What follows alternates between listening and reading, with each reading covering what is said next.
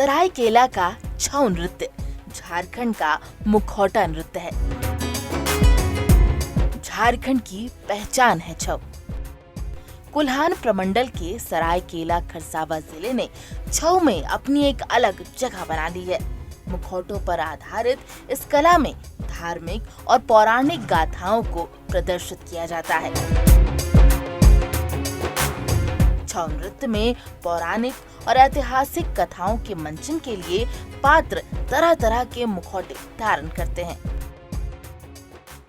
झारखंड में कला संस्कृति की जब भी बात होती है तो छऊ नृत्य का नाम सबसे पहले आता है, क्योंकि छऊ नृत्य से झारखंड को नेशनल और इंटरनेशनल लेवल में पहचान मिलती है। और छऊ नृत्य के अलग अलग ग्रुप हैं, जैसे मानभूम का अलग ग्रुप है, सरायकेला का अलग ग्रुप है। और सरायकेला का जो ग्रुप है वो क्लासिकल नृत्य करता है, और जो मानभूम का जो छऊ है वो जो धार्मिक जो रीति रिवाज है उस पे आधारित होता है। जो धर्म की जो बातें हैं, धर्म की जो घटनाएं हैं उससे संबंधित होती हैं। तो ये देखेंगे मानभूम छऊ का जो टीम है वो इन दिनों रांची में है, और हम इनसे थोड़ी बात भी करेंगे। और छऊ नृत्य का जो मुख्य रूप से जो मुखौटा होता है, ये आप देखेंगे मुखौटा है, और इसी के माध्यम से तमाम चीज़ें जो हैं वो संचालित होती हैं, प्रदर्शित की जाती हैं। हमारे साथ मानभूम छऊ नृत्य के कई कलाकार हैं, डायरेक्टर भी हैं। सबसे पहले अपना नाम बताएं। मेरा नाम विश्वदेव महतो, मैं विनायक छऊ एंड नाटवा डांस सोसाइटी के कलाकार और डायरेक्टर भी हूँ। मैं पूर्वी सिंहभूम बड़ाम प्रखंड शुक्ला गांव का रहते हैं, और हम नाटवा डांस और छऊ डांस ऐसे ही हम विभिन्न माना जो भी आता है हम लोग गान बाजना में पूरा ज़िंदगी बिताते हैं, साल भर हम। तो ये कि जो सरायकेला कहाँ का छऊ नृत्य को सबसे अच्छा माना जाता है? देखिए, जो सरकार की तरफ से सरायकेला के सबसे ज़्यादा ये लोग फैसिलिटी मिलता है, लेकिन सबसे लोग माना आदमी के जो इच्छा, वो आदमी लोग को जो शांति मिलता है उसमें मानभूम शैली छऊ। मानभूम शैली छऊ ऑफिस में नहीं बल्कि पूरा दुनिया में और हर साल में इनका प्रोग्राम रहता है, और इनका इतना लोकप्रिय होता है, इतना इनका आकृष्ट होता है जो जहाँ भी किसी प्रोग्राम हो उसमें मानभूम छऊ का होना चाहिए। लेकिन झारखंड सरकार छऊ नृत्य जो मानभूम शैली छऊ नृत्य है इनके हम लोग को डुबाने के चक्कर में है।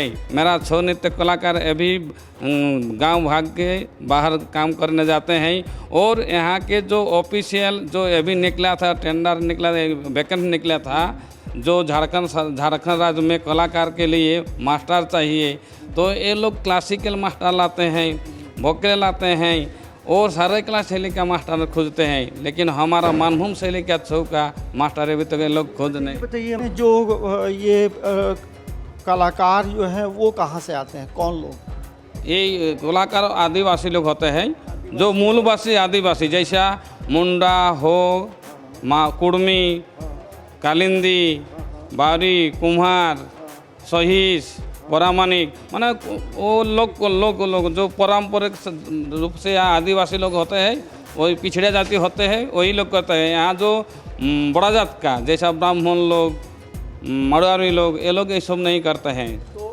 मानभूम जो शैली है उसकी शुरुआत कब हुई? ये तो पता नहीं पाएंगे, क्योंकि मेरा दादू का भी छऊ नाचता था, उसके बाद मेरा पिताजी छऊ नाचा, उसके बाद हम नाचा, उसके बाद मेरा लड़का भी मेरे साथ नाचते थे।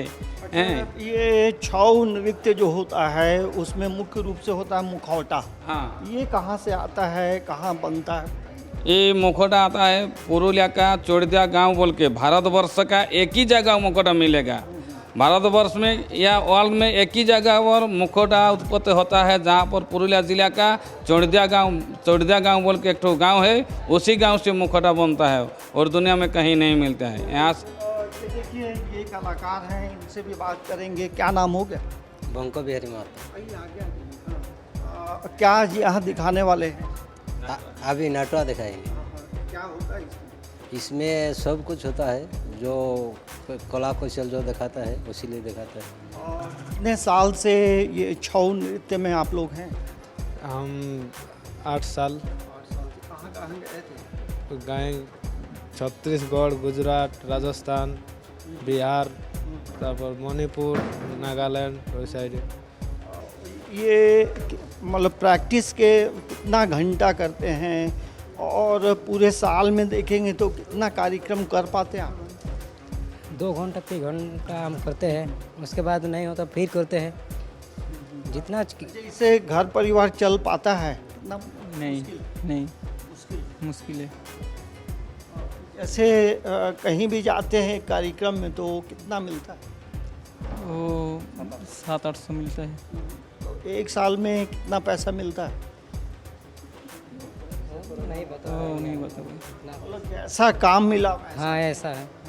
तो ये देखिए इनकी जो वेशभूषा देखेंगे और पैर में जो है इंकलेट पहने हैं, इसलिए पहनते हैं कि लगातार जो डांस होता है तो पैरों में क्या दर्द भी होता है?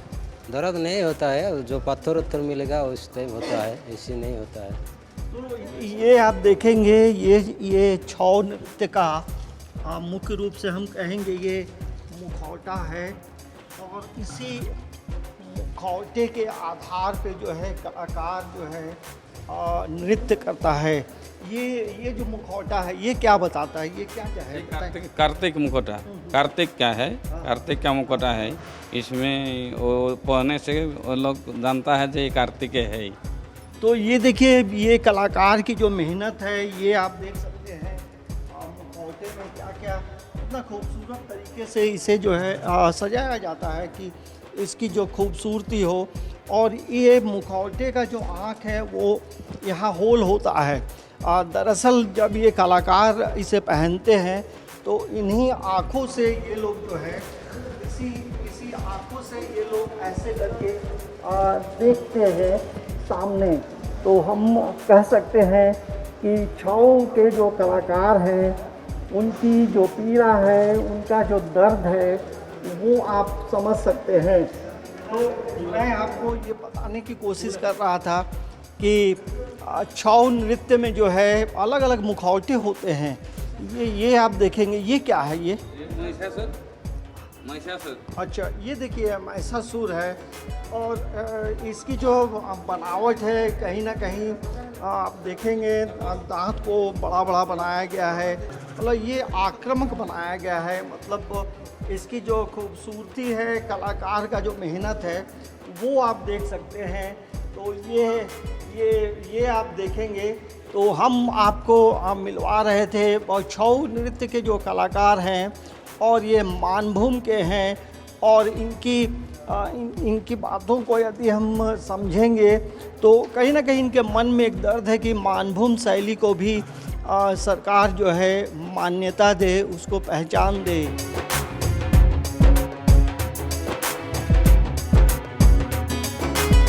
चिकनी मिट्टी के मुखौटे लकड़ी के मंच पर बनाए जाते हैं और फिर धूप में सुखाए जाते हैं। मुखौटों की सूखने पर इस पर कागज की परत चढ़ाई जाती है। तत्पश्चात रुई और चिकनी मिट्टी की बारीक परत को चढ़ाया जाता है। परत चढ़ाने के बाद आंखों और मुंह को उकेरा जाता है और मुखौटों को फिर से सूखने के लिए धूप में रख दिया जाता है।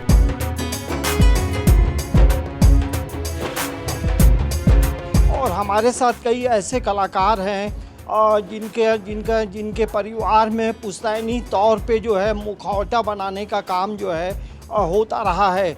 हमारे साथ सुशांतो जी हैं। सर, सबसे पहले अपना पूरा एक बार परिचय देंगे? मेरा नाम सुशांत कुमार महापात्र है। मैं एक मास्क शिल्पकार हूँ, मुखौटा शिल्पकार हूँ। अच्छा, आपके परिवार में कब से ये मुखौटा बनाने का काम हो रहा है? ये मेरे बड़े चाचा मेरे गुरु थे, शिल्प कुशल प्रसन्न कुमार महापात्र, उन्हीं से भी सीखा। ये उनका जो बचपना से ही उनसे मास्क बनाना सीखा। उनके बड़े भाई तो जो थे श्री चंद्रमोहन महापात्र, उन्होंने सरायकला में जो जगन्नाथ मंदिर है उसके जितने भी कारुकाज उन्होंने बनाया था। ये हमारे 4-5 पीढ़ी हुआ। लगभग ये ईयर बता सकते हैं किस साल से शुरू हुआ? छू 1925 ऐसे ये जो मास्क चला। इसके पहले हामा पाटिया बाग था, पत्ता, मतलब वो 1800-1900 आगे, उससे पहले से ये हामा पाटिया चल रहा था। अभी जो मास्क बनता है वो क्या चीज़ से बनाते हैं? ये पहले तो मिट्टी का मोल्ड बनता है, उसी मिट्टी के मोल्ड के ऊपर राख दे के कागज़ कपड़ा 8-9 लेयर मैदा पेस्ट के साथ उसे चिपकाते हैं। उसके बाद वो सूखने के बाद एक नदी के किनारे मिलती है, सरायकला में नदी है खड़काई, उसी के मिट्टी मिलती है, एक तो पीला मिट्टी, एक काला मिट्टी, जो उसको काला मिट्टी को हम पोली माटी बोलते हैं। उसी फाइन लेयर दे के उसके पतला कपड़ा मिट्टी के घोंट से उसको दे के उसका नाक, आँख, मुँह निकालते हैं। उसको फिनिश हो गया, पूरा कपड़ा देके उसको धूप में सुखा देते हैं। सुखाने के बाद वो आप उसका आँख को छेदा करते हैं, नाक को छेदा करते हैं, फिर वो बाहर आ जाता है। ये बताइए कि परंपरा को बचाने के लिए क्या मुहिम आप लोगों ने चलाया है? लोगों को क्या मुखौटा बनाने के लिए सिखा रहे हैं? मैं बहुत बच्चियों को सबको मुखौटा बना, बहुत मेरे अंडर में नेशनल स्कॉलरशिप मिला है, मेरे अंडर में बच्चे लोगों को, ऐसे बहुत है सारे। अभी भी घर में बच्ची लोग सीख रहे हैं, बच्चा लोग सीख रहे हैं, सिखाते हैं। उनको कुछ स्टाइपेंड मिलता है, स्कॉलरशिप मिलता है, भारत सरकार से भी मिलता है और झारखंड सरकार से भी मिलती है। सर, एक सवाल पूछना बहुत लाजमी लगता है कि आपको अब तक कोई सम्मान मिला? हमको ये स्टेट से मिला, सांस्कृतिक सम्मान मिला, लेकिन नेशनल लेवल अभी तक हमको कुछ नहीं मिला है। तो देखिए कब तक क्या होता है।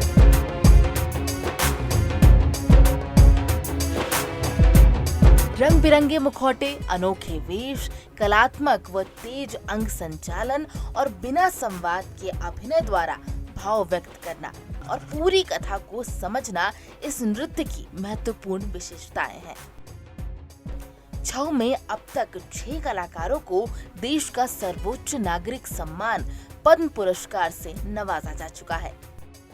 झारखंड में यूँ तो आप देखेंगे कई कला और संस्कृति के अलग अलग आयाम हैं, लेकिन जो सबसे महत्वपूर्ण होता है वो है छऊ नृत्य।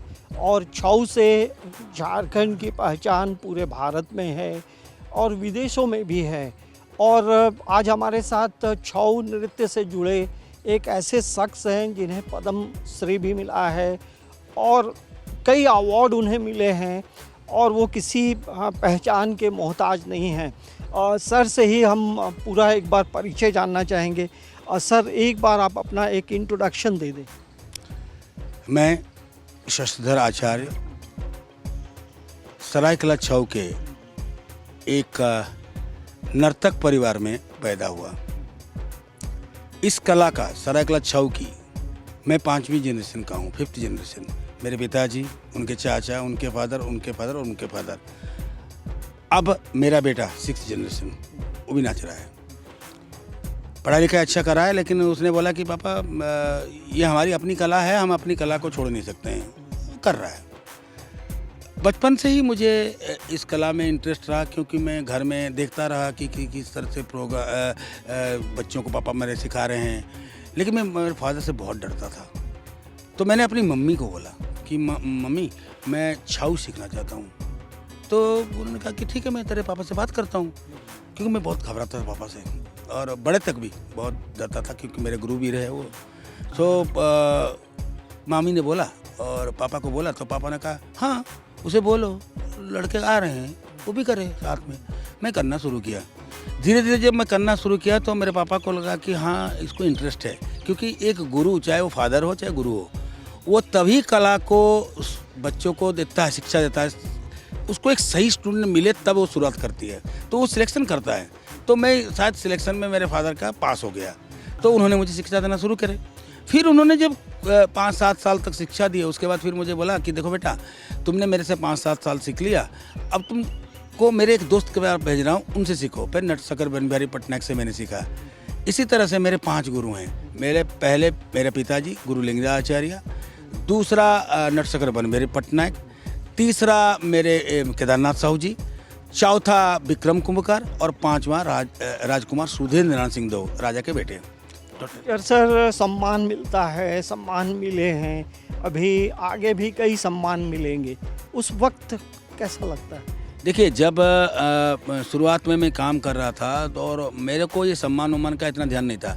मेरे को 2004 में संगीत नाटक अकादमी अवार्ड मिला, जो APJ अब्दुल कलाम ने मेरे को दिया था। मुझे अच्छी लगी, खुशी लगी।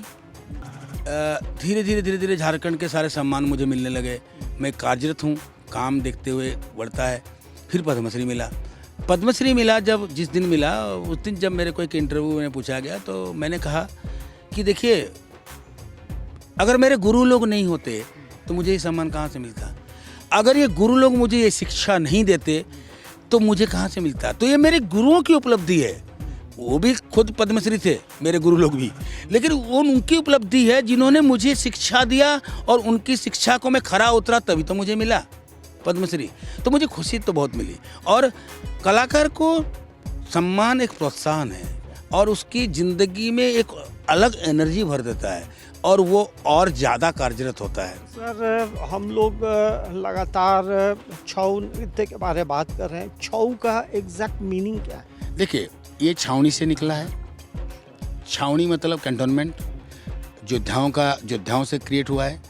एक तो छावनी से भी छऊ कहते हैं, दूसरा कहते हैं कि जो मास्क है ना, उसको भी छऊ कहा जाता है, क्योंकि वो इमेज है, वो छाया है, छवि है, छाया, एक प्रतिबिंब। जैसे रात्रि कैसा हो सकता है, सूरज, एक इमेजिनेशन, उस इमेजिनेशन को मास्क के रूप में बदलना, है ना। तो वो छाया से भी उसका संबंध है, उससे छऊ बनता है। दूसरी एक और है कि ये जो 6 उपांग है ना, इसको ढका हुआ रहता है ना, आच्छादित किया हुआ रहता है। सो 6 उपांग का 6 और उपांग का उ, तो छऊ।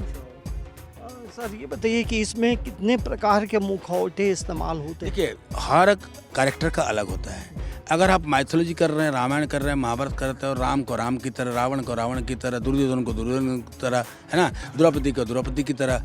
लेकिन जब हम कोई थीम लेते हैं माइथोलॉजी से और कंटेम्प्रेरी थॉट डालते हैं, विचार डालते हैं, तो उस पर सिम्बोलिकल होता है मास्क, ह्यूमन फेस होता है। हमारे जैसे पीकॉक ले लीजिए, वो मयूर नृत्य जो है वो तो रियलिस्टिक नृत्य नहीं है, वो तो सिम्बॉलिकल नृत्य है, तो ह्यूमन फेस है।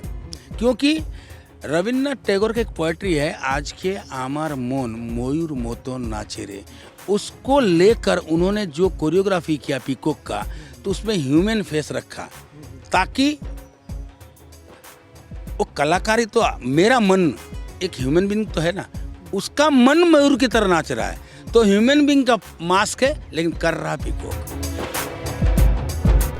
सरायकेला ने आज देश में इस मुखौटे की कला को नई ऊंचाइयों पर पहुंचाया है। सरायकेला से निकली लोक नृत्य छऊ देश विदेश में धूम मचा रही है। आज सरायकेला में कई विदेशी कलाकार भी इस कला की बारीकियों को सीख रहे हैं। इस इलाके की प्रसिद्धि इस बात से भी समझी जा सकती है कि यहाँ के छऊ गुरुओं का आशीर्वाद लेने सभी आ रहे हैं। मैं फिलहाल अपने देश में ही अलग अलग राज्यों में वर्कशॉप मेरे पिताजी के अंडर स्थानों में मास्क मेकिंग का वर्कशॉप दिखाया। अलग अलग कल्चर जो इवेंट होता है उसमें मैंने ये अपना जो कला को प्रदर्शित किया। ये छऊ नृत्य में जो मास्क बनाए जाते हैं उसमें क्या क्या होता है, कौन कौन जो इम्पोर्टेंट जो फिगर होता है जिसका चेहरा बनता है, बता सकते हैं? ये हमारा जो छऊ मुखौटा है, ये हर तरह का शास्त्रीय से वेद पुराणों से नेचर से अलग अलग से लिया गया है, जिसमें हमारा अलग अलग जो छऊ का नृत्य है उसमें है, जैसे हमारा राधा कृष्ण, हर पार्वती, मयूर, ये नेशनल से हंस, ये अलग अलग जो भी हमारा छऊ का ये है नृत्य है, ये हर तरह का इसमें मुखौटा यूज होता है। और इस छऊ का मेन बिंदु है मुखौटा, अदरवाइज हमारा जो सरायकेला छऊ है वो उसका कोई अस्तित्व नहीं। मेन सरायकेला छऊ में मुखौटा ही जिसका केंद्र बिंदु है। ये देखिए, छऊ सरायकेला में स्टार्ट हुआ और ये स्प्रेड आउट हुआ अलग 36 किंगडम में, लेकिन धीरे धीरे सारा बंद हो गया, 3 किंगडम में बच गया। सिंहभूम डायनेस्टी सरायकला में है, मयूरभंज डायनेस्टी बारीपदा में है, भंज डायनेस्टी, और पुरुलिया स्टाइल जो है बंगाल में है। तो अब झारखंड, बंगाल और उड़ीसा रह गया। बाकी स्टार्टिंग सरायकला से है, मदरबोर्ड यही है। छऊ की जननी सरायकला है, यहाँ से स्प्रेड आउट हुआ, अपने अपने ढंग से फिर वो बढ़ने लगा। गुजरते वक्त के साथ नई पीढ़ी छऊ से दूर होती जा रही है। ऐसे में आज गुरु शिष्य की परंपरा छऊ के इस पाठशाला में बखूबी देखी जा रही है। देश की इस मुखौटा परंपरा को आज प्रोत्साहन के साथ साथ दर्शकों की भी जरूरत है।